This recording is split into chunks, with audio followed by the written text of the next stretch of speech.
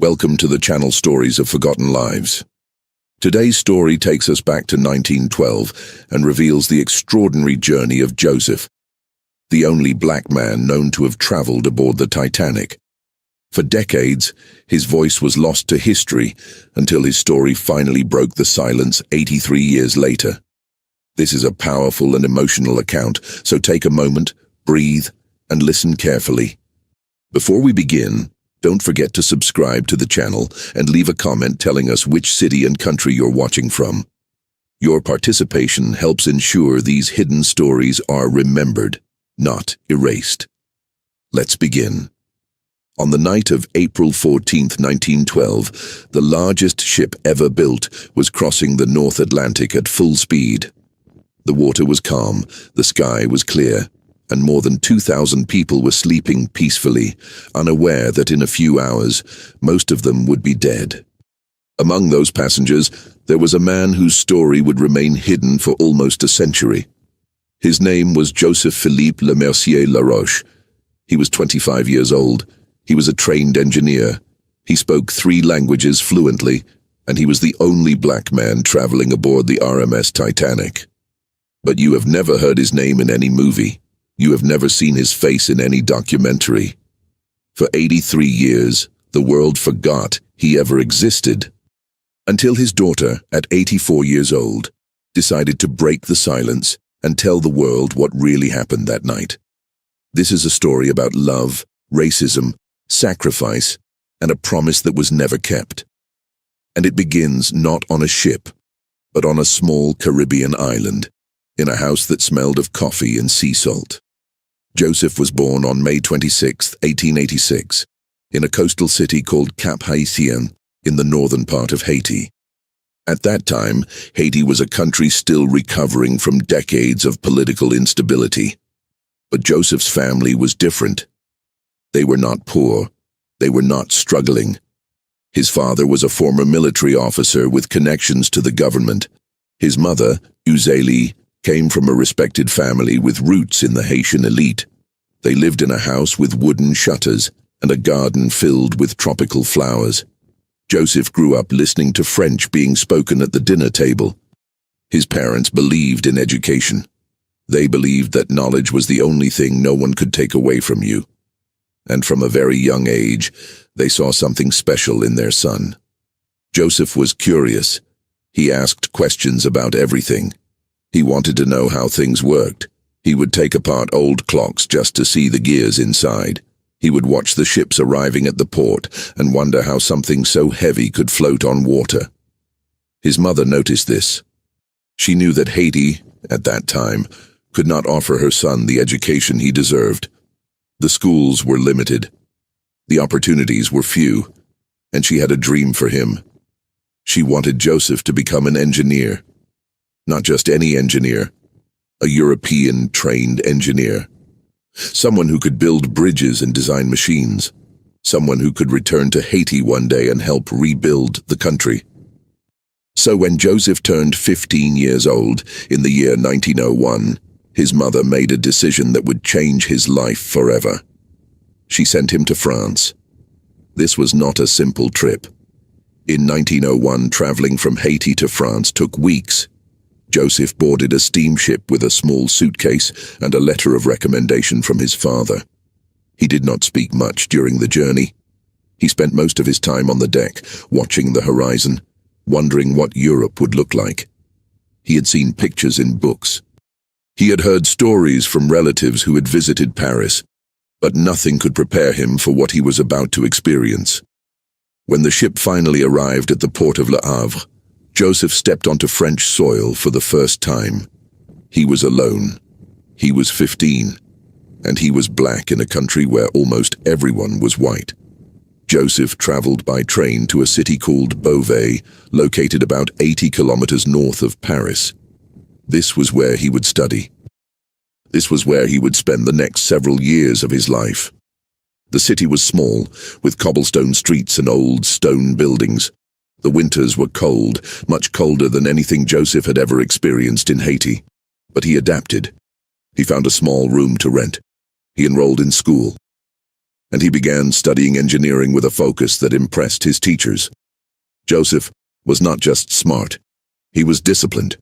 He woke up early every morning. He studied late into the night. He learned French grammar until he could write better than most of his classmates. He learned mathematics, physics, and technical drawing. He wanted to prove that a black man from Haiti could compete with anyone in Europe. But France was not easy for Joseph. The people were polite but distant. Some of them had never seen a black person before. They would stare at him on the street. They would whisper when he walked into a room. Joseph learned to ignore it. He focused on his studies. He told himself that once he had his diploma, everything would be different. People would respect him for his knowledge, not judge him for his skin. He believed this with all his heart. And for a while, it seemed like he was right. Joseph graduated with an engineering degree in the early 1900s. He was proud. His mother was proud. He had done exactly what she had dreamed of.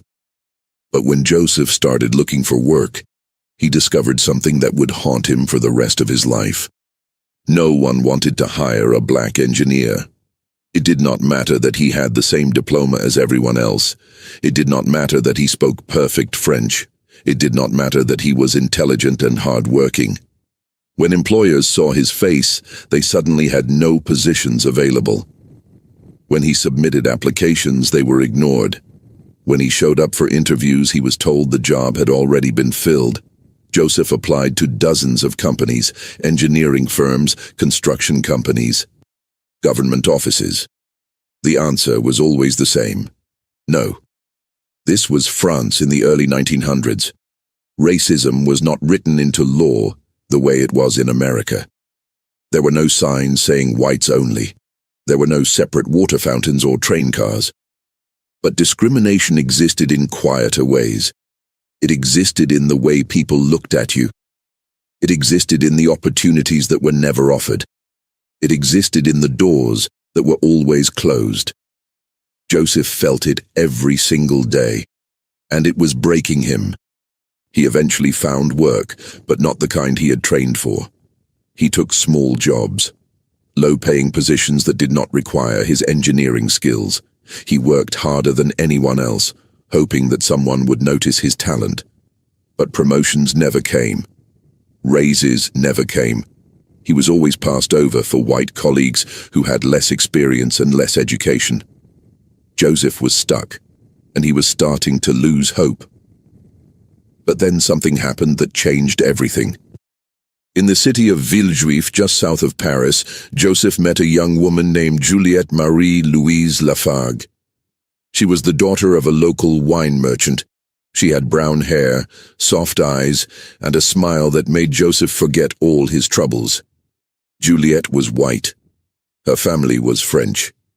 And in 1908, falling in love with a black man was not something society approved of.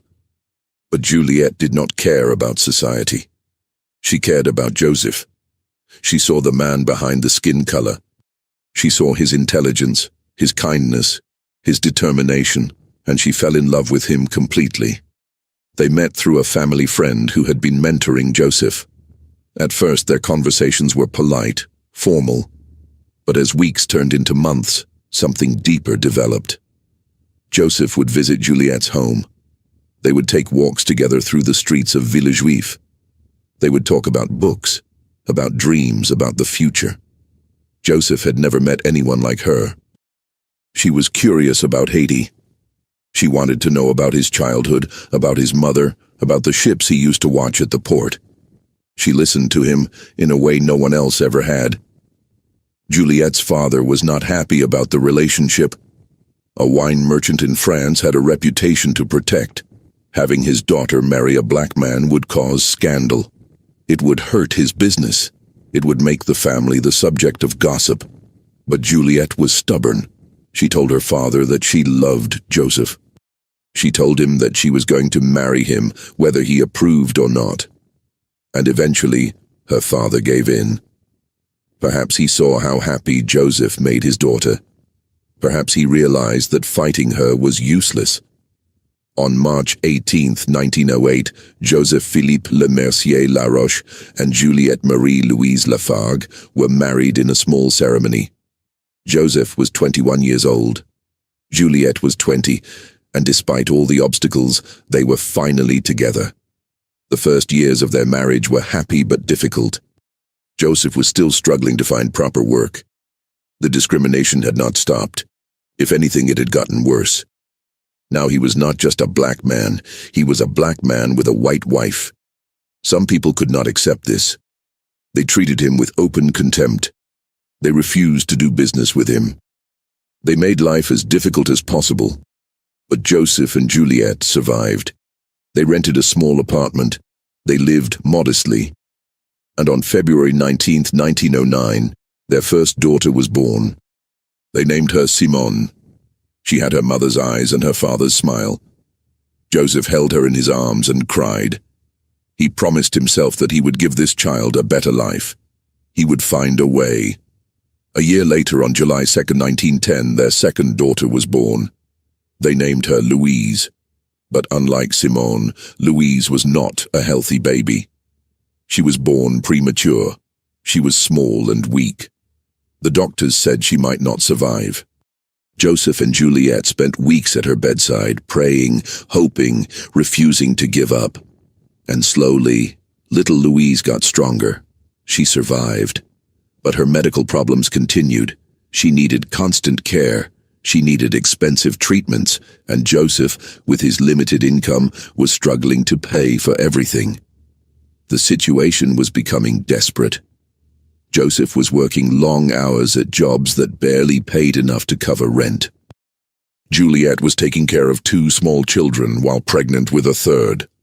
Yes, by early 1912, Juliette had discovered that she was expecting another baby. This should have been happy news. But for Joseph, it was one more reason to worry. How would he support 3 children on his salary? How would he pay for Louise's medical care? How would he give his family the life they deserved? And then Joseph had an idea. He would go back to Haiti. It made perfect sense. In Haiti, Joseph would not be judged by his skin color. In Haiti, his engineering degree would actually mean something. His family had connections. His mother was still alive and well respected. He could find work. He could build a real career. He could give his children opportunities that France would never offer them. Joseph talked to Juliette about his plan. At first, she was hesitant. She had never been to Haiti. She did not speak Creole. She would be leaving her family, her country, everything she knew. But she trusted Joseph. She believed in him. And she agreed to go. Joseph wrote to his mother in Haiti, explaining the situation. His mother was overjoyed. She had missed her son terribly. She had always hoped he would return, and she immediately offered to help. She would buy the family tickets to travel to Haiti. She would make sure they had everything they needed when they arrived. Joseph felt a weight lift off his shoulders. For the first time in years, he had hope. The original plan was to leave France in late 1912 or early 1913. But when Juliette discovered she was pregnant, Joseph decided to move the timeline forward. He did not want her to travel when the pregnancy was too advanced. He wanted the baby to be born in Haiti, surrounded by family. His mother purchased first-class tickets for the family aboard a French ocean liner called the SS France. The ship was scheduled to depart in April 1912. Everything was arranged. Everything was perfect. But then Joseph learned something that changed everything. The SS France had a strict policy regarding children. All children traveling on the ship were required to stay in the nursery during mealtimes. They were not allowed to dine with their parents. Joseph found this unacceptable. Simone was 3 years old. Louise was not even 2. They were babies. He could not imagine leaving them alone with strangers while he and Juliette ate dinner in some fancy dining room. It went against everything he believed as a father. He wanted to be with his daughters. He wanted to see their faces when they tried new foods. He wanted to hold Louise if she got scared. The policy of the SS France was cruel and unnecessary, and Joseph refused to accept it. He went to the ticket office and asked for a refund. Then he started looking for another ship. And that is when he found out about the Titanic. The RMS Titanic was the largest ship in the world. It was brand new. It was making its maiden voyage from Southampton, England, to New York City. Everyone was talking about it. The newspapers called it unsinkable. They said it was a floating palace, with luxuries that no other ship could match. First-class passengers would have access to a gymnasium, a swimming pool, Turkish baths, and restaurants that rivaled the finest establishments in Paris. Even second-class accommodations were said to be better than first-class on other ships. And most importantly, the Titanic did not have the same restrictive policies about children. Joseph could dine with his daughters. He could spend time with them during the voyage. He could be the father he wanted to be. Joseph exchanged the first-class tickets on the SS France for second-class tickets on the Titanic. The family would board the ship in Cherbourg, France on April 10, 1912. From there, they would sail to New York. And from New York, they would take another ship to Haiti. It was a longer journey, but Joseph did not mind. He was excited. He was finally taking his family home. The days before departure were busy. Juliet packed their belongings. Joseph made arrangements for their apartment. He said goodbye to the few friends he had made in France. He wrote letters to relatives in Haiti, telling them to expect the family soon. Simone and Louise did not understand what was happening. They were too young, but they could sense the excitement in the air. Their father was smiling more than usual. Their mother was singing as she folded clothes. Something wonderful was about to happen. On the morning of April 10, 1912, the Laroche family traveled to Cherbourg by train. Cherbourg was a port city on the northern coast of France, famous for its deep harbor. The Titanic was too large to dock at the pier, so passengers had to be transported to the ship on smaller boats called tenders. The tender that would carry the Laroche family was called the SS Nomadic. It was a sturdy little vessel, painted white, with the White Star Line flag flying from its mast. Joseph carried Louise in his arms as they boarded the tender. Simone held her mother's hand, looking around with wide eyes. There were dozens of other passengers on the boat, speaking different languages, wearing expensive clothes.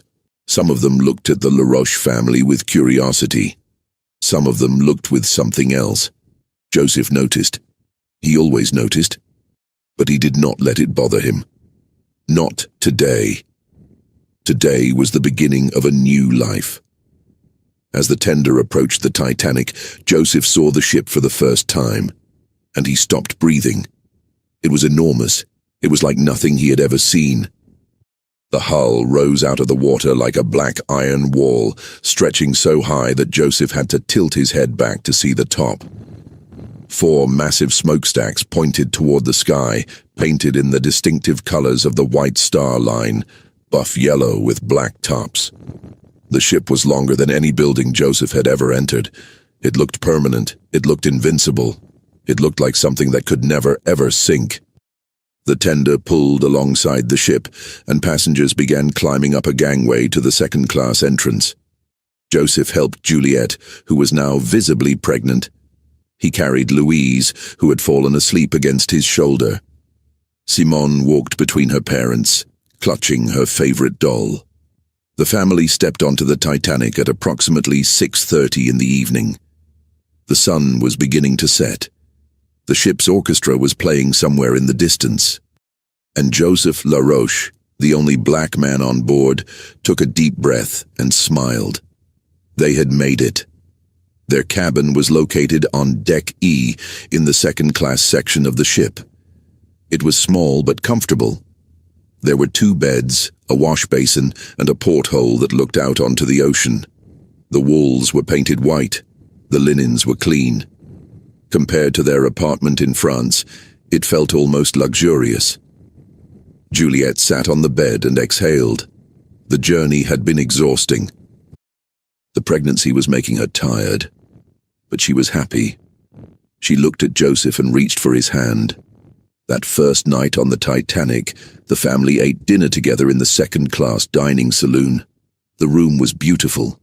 Oak-paneled walls, white tablecloths, crystal glasses. Waiters in crisp uniforms moved between tables, serving course after course. Simone was fascinated by everything. Louise slept in her mother's arms. Joseph ordered food he had never tried before. He laughed at something Juliet said. For a few hours, he forgot about the discrimination. He forgot about the struggles. He was just a father, having dinner with his family, on the most famous ship in the world. But not everyone was welcoming. Some passengers in the dining room stared at the LaRoche family. A black man with a white wife and two mixed-race children was not a common sight in 1912. Some people whispered, some people pointed. Joseph heard fragments of conversation. Words that were not meant for him to hear, but that he understood perfectly. He pretended not to notice. He focused on Juliet. He focused on his daughters. He refused to let anyone ruin this moment. Over the next few days, the LaRoche family settled into a routine. Joseph would wake early and walk around the deck, breathing in the salt air, watching the endless ocean stretch toward the horizon. Juliet would stay in the cabin with the children, reading books, playing games, resting. They would meet for meals. They would talk about Haiti. Joseph told Juliet about the beaches, about the mountains, about the house where he grew up. He told her about the food his mother used to make. He told her about the sound of drums during carnival season. Juliet listened to every word. She was falling in love with a country she had never seen. The other passengers continued to treat the LaRoche family with a mixture of curiosity and coolness. Some assumed the children were not actually theirs. One woman reportedly thought Simone and Louise were Japanese because of their light brown skin and dark hair. Joseph overheard comments in English and French. He understood both languages perfectly, but he never responded. He never confronted anyone. He simply held his head high and continued walking. He had spent his entire life dealing with people who thought they were better than him. He was not going to waste his energy on them now.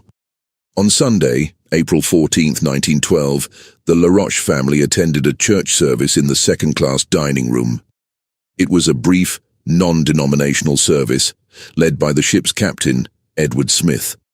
Passengers sang hymns. They prayed. They gave thanks for the beautiful weather and the smooth voyage. Joseph sat with his family in one of the back rows. He was not particularly religious, but he appreciated the moment of peace. He closed his eyes and thought about his mother in Haiti. He imagined her face when she saw him again. He imagined her holding her grandchildren for the first time. In just a few more days, they would be together. After the service, Joseph did something unusual.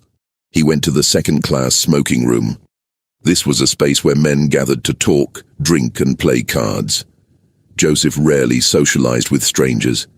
He preferred to spend time with Juliet and the children. But something made him go that day. Perhaps he wanted to relax. Perhaps he wanted to feel normal, like any other passenger on the ship. He found a seat in the corner. He ordered a drink. He watched the other men laughing and joking. And for a moment, he felt like he belonged. That evening, the family had their final dinner together. The menu included lamb, roast beef, vegetables, and a selection of desserts. Simone ate everything on her plate. Louise was fussy as usual. Juliet looked tired but content. Joseph looked at his family across the table and felt a surge of love so powerful it almost hurt. These three people were everything to him. He had crossed oceans for them. He had endured discrimination for them. He would do anything to keep them safe. After dinner, Juliet took the children back to the cabin. Joseph kissed each of them good night. He told Simone to be good. He told Louise that Papa loved her. He told Juliet that he would come to bed soon. Then he returned to the smoking room. He wanted to enjoy the last peaceful hours of the voyage. Tomorrow, they would arrive in New York. Tomorrow, the real journey would begin. At 11:40 p.m., Joseph felt a slight shudder run through the ship. He looked up from his drink. The other men in the smoking room had felt it too. Someone made a joke about hitting a whale. Someone else laughed nervously. The ship's engines seemed to stop. The room became very quiet. Joseph stood up. Something was wrong. He could feel it in his bones. He walked out of the smoking room and onto the deck. The night was freezing cold. The stars were incredibly bright, and scattered across the deck were pieces of ice, small chunks like broken glass glittering in the light from the ship's windows. Joseph picked one up. It was cold and wet in his hand. He looked toward the bow of the ship and saw something that made his heart stop. A massive wall of white was scraping along the starboard side of the Titanic. An iceberg. Joseph dropped the ice and ran toward his cabin. Joseph ran through the corridors of the ship like a man possessed. His heart was pounding so hard he could feel it in his throat. His breath came in short, sharp gasps that burned his lungs. The hallways of the Titanic, which had seemed so elegant and welcoming just hours before, now felt like a maze designed to trap him. He turned left. He turned right. He nearly collided with the steward, who was walking calmly in the opposite direction, as if nothing had happened, as if the world was not ending.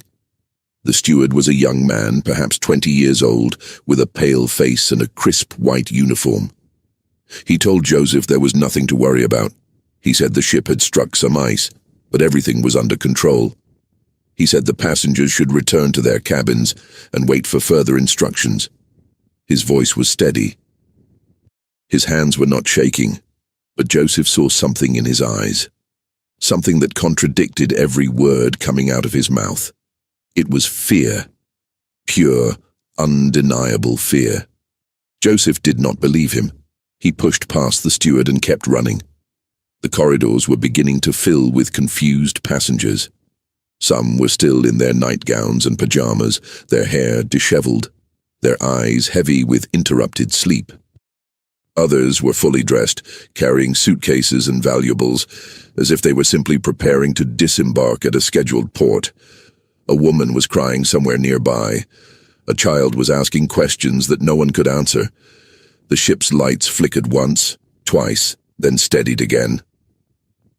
Joseph felt the floor beneath his feet tilt slightly, almost imperceptibly toward the bow. Something was very, very wrong. When he reached the cabin on Deck E, he threw open the door with such force that it slammed against the wall. Juliet was sitting up in bed, her eyes wide with confusion and the beginnings of terror. Her hands were pressed against her pregnant belly, as if to protect the child growing inside her. The children were still asleep. Louise was curled up in her small bed, her thumb in her mouth, her breathing slow and peaceful. Simone was sprawled across her mattress, one arm hanging over the edge, her favorite doll clutched against her chest. The impact had been so gentle, so deceptively mild, that it had not even disturbed their dreams. Juliet asked Joseph what was happening. Her voice was calm, controlled, the voice of a woman trying very hard not to panic. But Joseph could see the fear beginning to form behind her eyes. He could see her hands trembling slightly as she pushed the blankets aside. He told her to get dressed. He told her to dress the children warmly. He told her they needed to go up to the deck immediately. He did not explain why. There was no time for explanations. There was no time for questions. Every second they wasted in this cabin was a second closer to disaster. Juliet moved quickly. She was 7 months pregnant, and her body was heavy and slow, but the adrenaline gave her strength she did not know she possessed. She pulled a thick wool coat over her nightgown. She grabbed scarves and hats from the small wardrobe. She wrapped Simone in a blanket, lifting the sleepy child from the bed with a mother's practiced efficiency. Simone murmured something unintelligible and nestled against her mother's shoulder. Louise was harder to wake. She whimpered and cried when Juliet lifted her, her small body stiff with protest. But there was no time for comfort. There was no time for soothing words. Joseph grabbed the life jackets that were stored in the cabin. He had noticed them when they first boarded, tucked away in a corner near the wardrobe, and had thought nothing of them at the time. They had seemed like a formality, a precaution for a danger that would never come. The Titanic was unsinkable. Everyone said so. The newspapers said so. The company said so. The captain himself probably believed it. But now those life jackets seemed like the most important objects in the world. Joseph pulled them out and examined them quickly. They were made of cork, covered in white canvas, with straps that tied around the chest and waist. They were bulky and uncomfortable, but they would keep a person afloat. They would buy time. Joseph helped Juliet put on her life jacket, his fingers fumbling with the unfamiliar straps. He fastened one around Simone, who was now fully awake and beginning to cry. He held Louise while Juliet adjusted the straps on her own jacket, the little girl squirming and wailing in his arms. She did not understand what was happening. She did not understand why her father's hands were shaking. She only knew that something was wrong, something was different, and she was scared. The family left the cabin and made their way toward the upper decks. The corridors were more crowded now. Passengers were emerging from their rooms, some moving with purpose, others standing frozen in confusion. Stewards were everywhere, their voices artificially calm, their instructions maddeningly vague. Please proceed to the boat deck. Please put on your life jackets. Please remain calm. But how could anyone remain calm when the floor was tilting? How could anyone remain calm when the lights kept flickering? How could anyone remain calm when the greatest ship ever built was dying beneath their feet? Joseph led his family through the maze of corridors, up staircases that grew more crowded with each passing minute. He held Louise in one arm and pulled Juliet with the other. Simone clung to her mother's coat, her small legs struggling to keep up, her face pale with terror. The sounds around them were overwhelming, crying, shouting, praying. The distant crash of something heavy falling somewhere deep in the ship. The groan of metal under stress. And beneath it all, a horrible, subtle sound that Joseph would remember for the rest of his life. The sound of water. Rushing, pouring, unstoppable water, flooding into the lower decks of the ship. When they finally reached the boat deck, Joseph understood the full scope of the disaster. The deck was chaos. Hundreds of passengers were gathered near the lifeboats, pushing, shoving, crying, praying. Officers in white uniforms were shouting orders that no one seemed to hear. Crew members were struggling with ropes and pulleys, trying to lower the boats into the water. Women were screaming for their husbands. Children were crying for their parents. The cold was brutal, far worse than anything Joseph had experienced in his years in France. The temperature was below freezing, and every breath felt like swallowing ice. The stars above were impossibly bright, indifferent to the suffering below. And the ship's orchestra was playing. Joseph could hardly believe it. In the middle of this nightmare, a group of musicians stood on the deck, their instruments in their hands, playing cheerful melodies as if this were a garden party. The music was surreal, almost offensive in its normalcy. It clashed violently with the screams and the chaos, creating a dissonance that made the whole scene feel like a fever dream. Later, Joseph would learn that the orchestra had been instructed to play to keep the passengers calm. Later, he would understand the bravery of those musicians who continued performing even as the ship sank beneath them. But in that moment, the music only made everything worse. Joseph pushed through the crowd, his eyes scanning the lifeboats. He needed to find one that was still loading. He needed to get his family off this ship. The Titanic was sinking.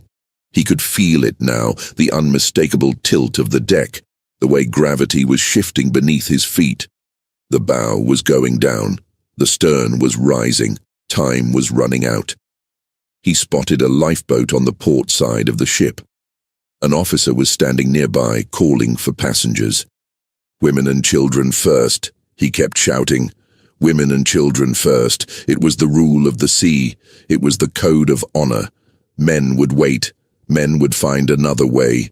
Men would die so that women and children could live. Joseph understood the rule.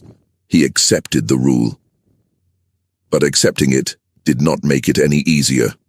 Juliet looked at Joseph with tears streaming down her face. The cold wind was biting at her cheeks, turning her skin red and raw. She did not want to leave him. She grabbed his arm with a strength he did not know she possessed, her fingers digging into his coat, her eyes pleading with him to come with them. Joseph shook his head. He could not. He knew he could not. The officer was watching. The rules were clear. If Joseph tried to board the lifeboat, he would be stopped. He would be thrown back. He might even be shot. He had heard stories about officers using guns to maintain order during shipwrecks. He would not risk it.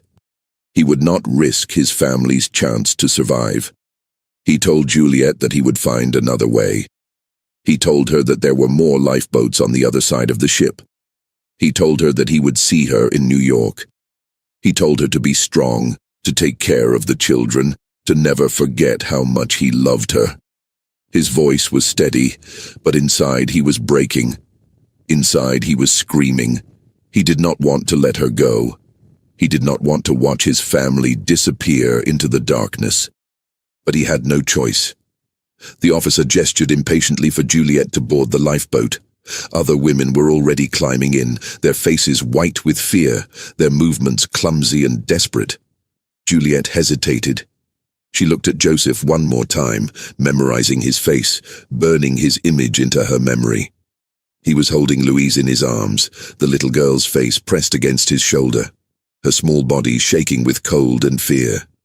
Simone was standing between them, looking up at her parents with eyes that did not understand what was happening. Joseph handed Louise to Juliet. The transfer was awkward, complicated by the life jackets and the crowd and the rocking of the ship. Louise wailed as she passed from her father's arms to her mother's. Joseph kissed his daughter's forehead, his lips lingering on her cold skin. He whispered that Papa loved her. He whispered that everything would be okay. Then he lifted Simone and placed her in the lifeboat next to her mother. The 3-year-old immediately started crying, reaching for her father with both arms, her small voice cutting through the chaos like a knife. But something went wrong. In the confusion and the crowd, the lifeboat began to lower before everyone was properly seated. Juliet and Simone were pushed toward one side of the boat by the surge of boarding passengers, while Louise was still in Joseph's arms. He had handed her to Juliet, but somehow, in the chaos, the child had been passed back. Or perhaps he had not let go. Perhaps he had been holding her 1 second too long, savoring the weight of his daughter in his arms, not realizing that the boat was already descending. The ropes creaked, the pulleys groaned. The lifeboat dropped several feet, then stopped, swinging slightly in the frigid air. Juliet screamed. She could see Louise still on the deck, still in Joseph's arms, getting farther away with each passing second. She reached out, her arms stretched toward her baby, her face twisted with an anguish that was almost inhuman. Joseph tried to push forward, but there were too many people. Bodies pressed against him from every direction. A crewman was blocking his path, his arms spread wide, his face hard and suspicious. The crewman saw a black man trying to approach the lifeboat and assumed the worst. He thought Joseph was trying to board. He thought Joseph was trying to take a place that belonged to women and children. He did not see a father trying to reunite his family. He saw a threat. Joseph shouted. He begged. He pointed at Juliet in the lifeboat. He pointed at Louise in his arms. "That is her mother," he said. "This is her daughter. Please let me give her the baby." But the crewman did not move. The crewman did not listen. The seconds were ticking away.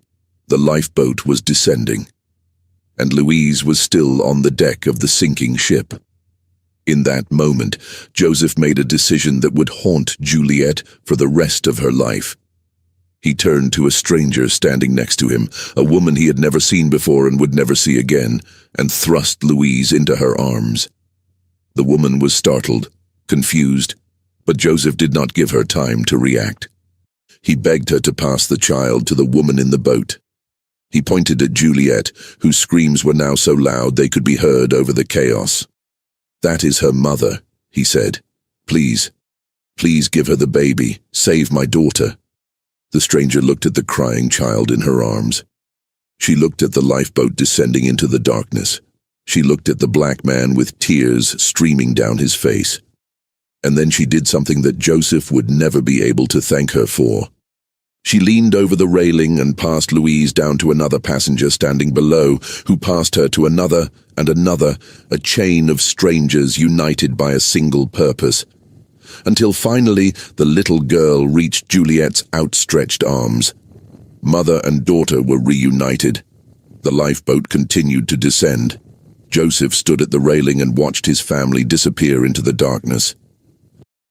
The lifeboat hit the black water with a splash that seemed impossibly loud in the stillness of the night. Crew members began rowing, pulling away from the sinking ship, putting distance between themselves and the disaster. Joseph could see Juliet's face in the dim light, growing smaller and smaller as the boat moved away. Their eyes met across the growing distance. She was crying. She was holding both daughters against her chest, one in each arm, as if she could protect them from the whole world. She mouthed something to him. He could not hear the words over the wind and the chaos, but he understood. She was telling him she loved him. She was telling him to survive. She was telling him to find a way. Joseph raised his hand in a final wave. He tried to smile. He wanted her last memory of him to be a smile. He wanted her to remember him as brave, as strong, as hopeful. He did not want her to see the terror in his heart. He did not want her to know that he had already accepted his fate. The lifeboat disappeared into the darkness, and Joseph was alone. He did not move for a long time. He stood at the railing, his hands gripping the cold metal, his eyes fixed on the spot where the lifeboat had vanished. The Titanic was listing badly now, tilting forward at an angle that made it difficult to stand. Water was pouring into the lower decks through gashes in the hull. The bow was sinking, the stern was rising, the great ship was dying, and there was nothing anyone could do to save it. Around Joseph, chaos continued. Passengers were running in every direction, searching for lifeboats that were already gone. Officers were firing guns into the air, trying to maintain order. Men were jumping into the freezing water, preferring a quick death to the slow agony of waiting. The orchestra had stopped playing. The lights were flickering more frequently now, casting the deck in alternating brightness and shadow. The screams of the dying and the desperate filled the air like a symphony of despair. Joseph walked back toward the second-class smoking room. He did not know why. Perhaps he wanted to be somewhere familiar. Perhaps he wanted to be away from the crowds and the screaming. Perhaps he simply needed a moment to think, to process, to accept what was happening. The smoking room was nearly empty when he arrived. A few men sat at tables drinking whiskey, playing cards, waiting for the end. They had accepted their fate. They knew there were not enough lifeboats. They knew that the water was freezing. They knew that even if they jumped, they would not survive more than a few minutes. So they sat, and they drank, and they waited. Joseph sat down in the same chair where he had been sitting just 2 hours before. The same chair where he had been dreaming about Haiti. The same chair where he had been imagining his mother's face when she saw him again. He thought about Juliet. He thought about Simone and Louise. He thought about the baby that Juliet was carrying, the child who would never know its father. He thought about his mother in Haiti, who would receive a letter in a few weeks telling her that her son was dead. He thought about all the things he would never do, all the places he would never see, all the moments he would never share with the people he loved. And he thought about the life he had lived. 25 years. That was all he had been given. 25 years of struggle, of discrimination, of fighting for every opportunity. He had left Haiti as a boy and crossed an ocean to get an education. He had studied harder than anyone else, worked longer than anyone else, and still it had not been enough. The color of his skin had followed him everywhere, closing doors that should have been open, denying him chances that others took for granted. He had loved and been loved. He had married a woman who saw past his color, who loved him for who he was. He had fathered 2 beautiful daughters and was expecting a 3rd child. He had tried so hard to build a good life, a meaningful life. And now it was ending on a sinking ship in the middle of the Atlantic Ocean. Joseph closed his eyes. He thought about Juliet in the lifeboat, holding their daughters close. He imagined them being rescued. He imagined them arriving in New York, then traveling to Haiti, then starting a new life without him. He imagined his children growing up, going to school, falling in love, having children of their own. He imagined Juliet growing old, her hair turning grey, her face lined with the years. He hoped she would find happiness. He hoped she would find peace. He hoped she would tell their children about him, about the father who had loved them more than life itself. At 2:20 in the morning on April 15, 1912, the RMS Titanic broke apart and sank beneath the waves of the North Atlantic. The sound was unlike anything the survivors had ever heard. A deep, groaning roar as the ship tore in two. A thunderous crash as the bow plunged into the depths. A moment of eerie silence as the stern rose vertical, pointing toward the stars, like a dark finger accusing the heavens. And then the screams. Hundreds and hundreds of screams as more than 1,500 people were plunged into water so cold it stopped their hearts within minutes.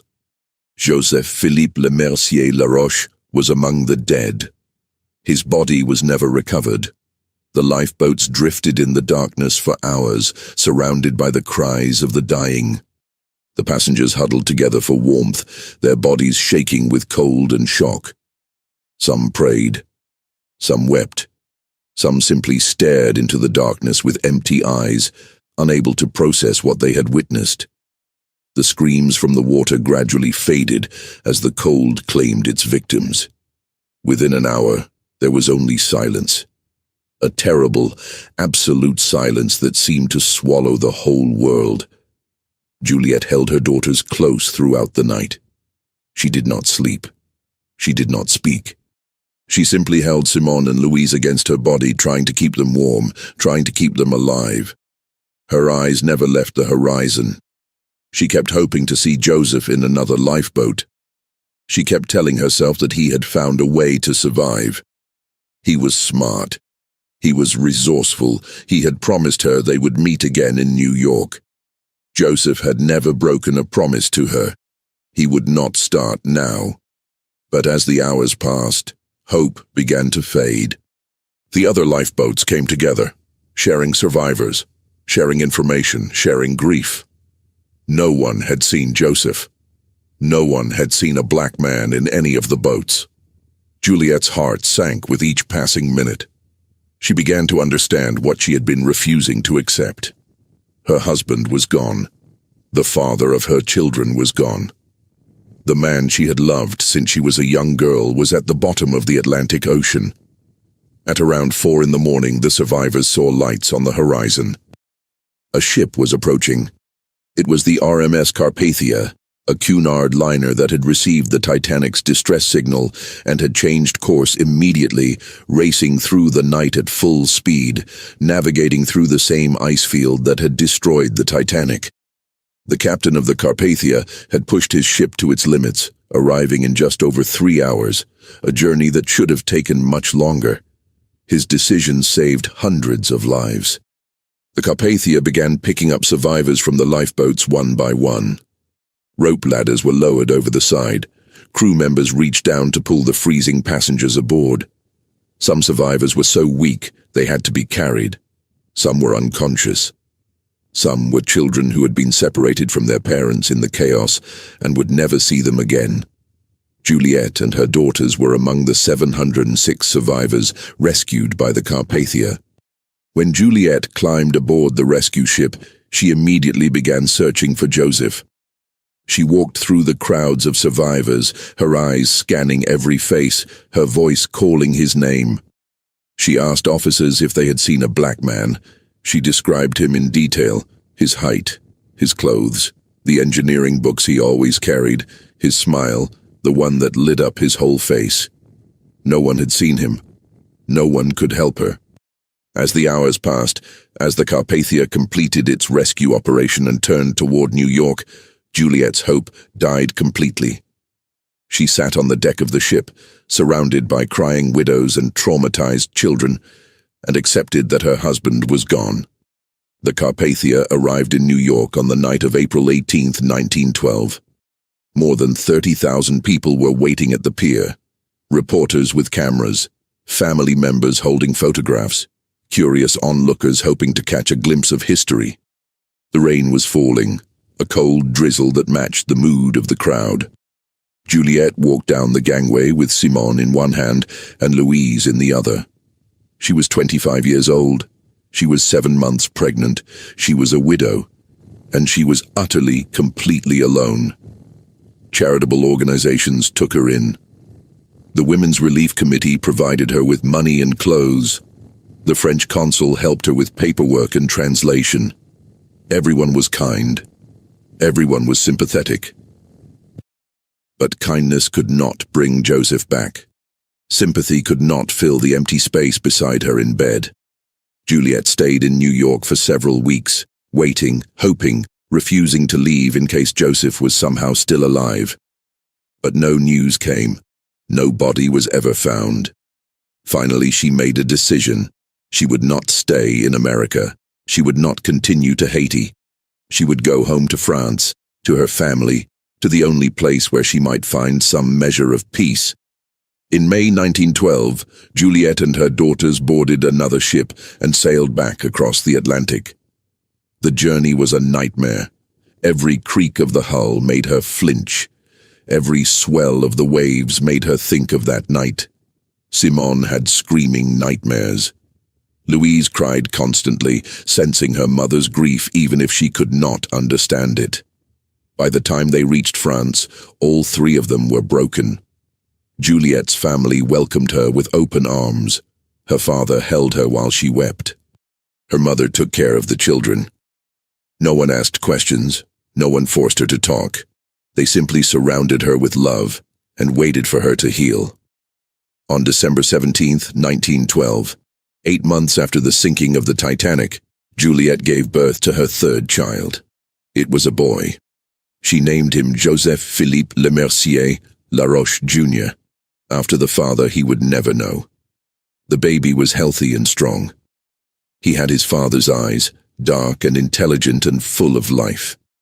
Juliet held her son and cried because he was beautiful and because Joseph would never see him. Juliet never remarried. She dedicated her life to raising her 3 children, working multiple jobs to support them, sacrificing her own happiness for their future. She never forgot Joseph. Every year, on the anniversary of the sinking, she would light a candle and sit alone in the darkness, remembering. She never spoke publicly about the Titanic. The trauma was too deep, the wounds too raw. When reporters came asking for interviews, she turned them away. When filmmakers offered money for her story, she refused. She had built a wall around that night, and she would not let anyone tear it down. The children grew up in the shadow of their father's absence. Simone remembered fragments. The cold, the screams, her father's face at the railing. Louise remembered nothing, only what her mother told her. And Joseph Jr. never knew his father at all, only the stories, only the photographs, only the weight of a name that carried so much history. Decades passed. The world changed. 2 world wars came and went. The Titanic became legend, the subject of books and films and endless fascination. But Joseph Laroche's name never appeared. His face was never shown. His story was never told. History had erased him, as it had erased so many others who did not fit the narrative. Juliet died in 1980 at the age of 91, her silence unbroken. Simone died a few years later, taking her memories to the grave. Only Louise remained. In 1995, Louise Laroche was 84 years old. She was living in Paris, in a small apartment filled with photographs and memories. She had lived a long life. She had seen everything, and she was tired of the silence. When a representative from the Titanic Historical Society contacted her, asking for her story, she said yes. The interview lasted hours. Louise told them everything: her father's childhood in Haiti, his education in France, the discrimination, the marriage, the decision to emigrate, the exchange of tickets, the night of April 14th, the chaos, the separation, the stranger who passed her from hand to hand, her mother's grief, her brother, born 8 months later, carrying his father's name. For the first time in 83 years, the world heard the story of Joseph-Philippe Lemercier Laroche. Louise died on January 28, 1998, at the age of 87. She was one of the last survivors of the Titanic. But before she went, she ensured that her father would never be forgotten again. Today, Joseph Laroche's name appears in museums. His photograph hangs in exhibitions. His story is taught in schools. He is no longer invisible. He is no longer erased. He was a father who loved his family. He was a man who fought against injustice. He was the only black passenger on the Titanic. And his story will echo through history forever. Don't pity me. My heart doesn't need your mercy. I can still stand on my own.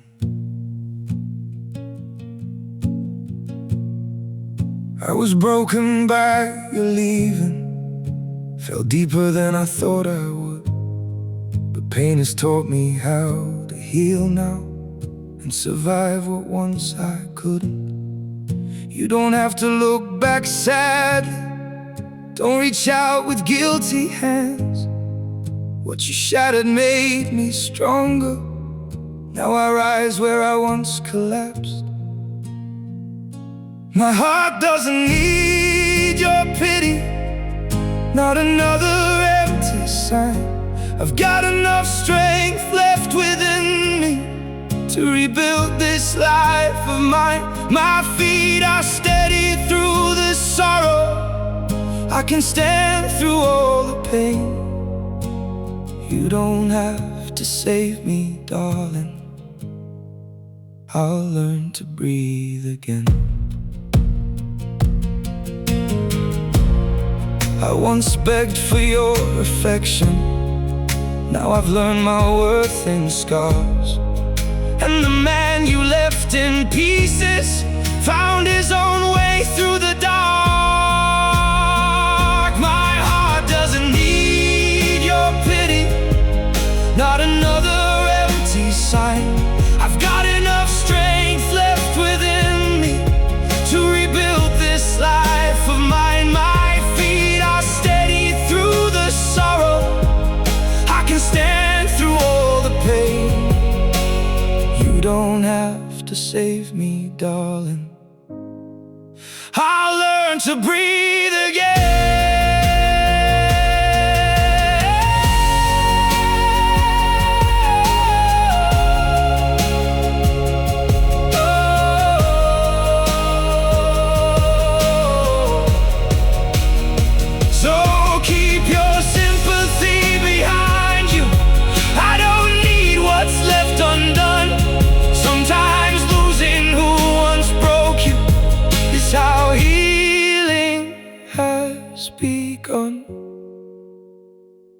My heart doesn't need your pity, not another empty sign. I've got enough strength left within me to rebuild this life of mine. My feet are steady through the sorrow. I can stand through all the pain. You don't have to save me, darling. I'll rise alone again.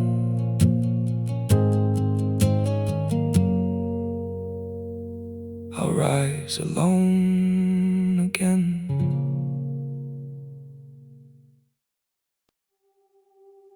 I'm freezing,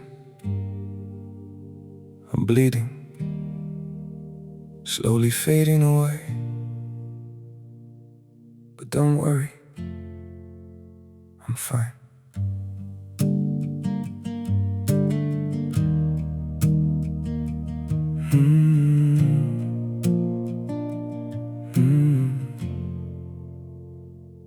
The cold has settled in my heartbeat, like winter living in my veins.